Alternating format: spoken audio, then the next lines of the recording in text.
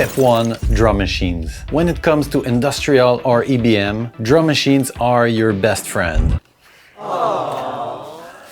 Forget your drummer friend, he's already playing in 15 other bands anyway. Roland R8, insane snares.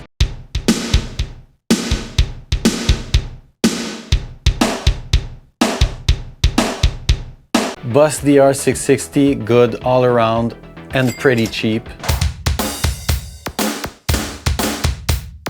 Kawai R50E, which has a more analog electronic sound. It has that KMFDM vibe, which I love.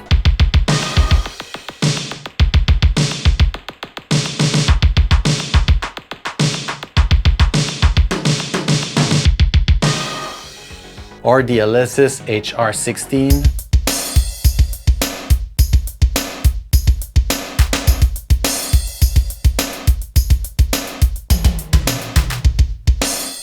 Step 2. Drum beats. When it comes to drum beats, your creativity is the only limit. But there are a few signature rhythms that pop up again and again in industrial music. If you're going for that early Ministry vibe, there's a specific beat that you'll hear all over their early tracks.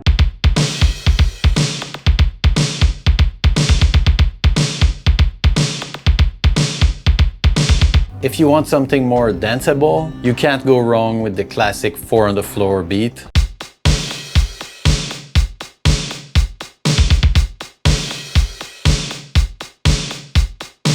And if you're aiming for pure aggression, bring in the punk metal beats, think Youth Code.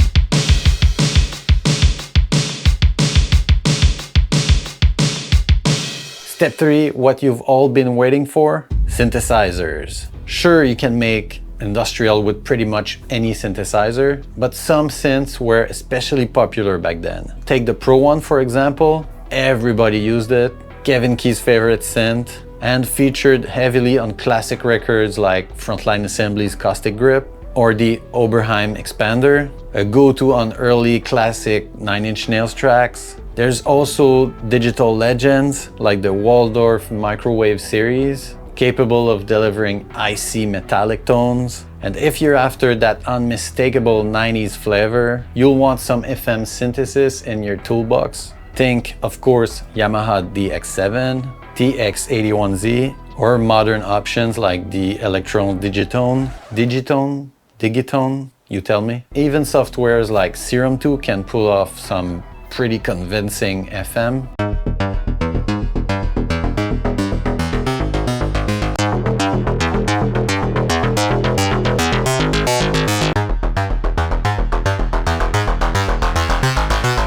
Step 4. Basslines. Basslines are the backbone of your track. Good drums, good bass equals good track. Simple math. Here are patterns that can bring life to your local empty God club. The 1/16th bass line, my favorite.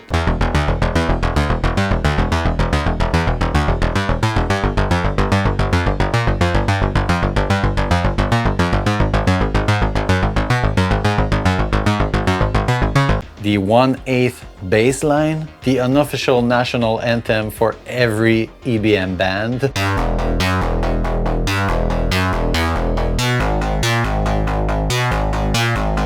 Step 5. Sample, noise, and saturation.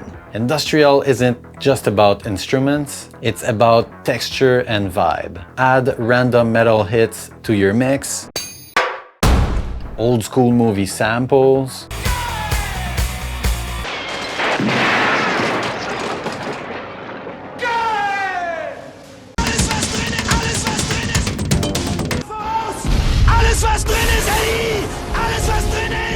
and don't forget saturation. Early industrial often ended up on reel-to-reel or cassette tapes, which added texture. You can recreate that, of course, with tape plugins, preamp plugins.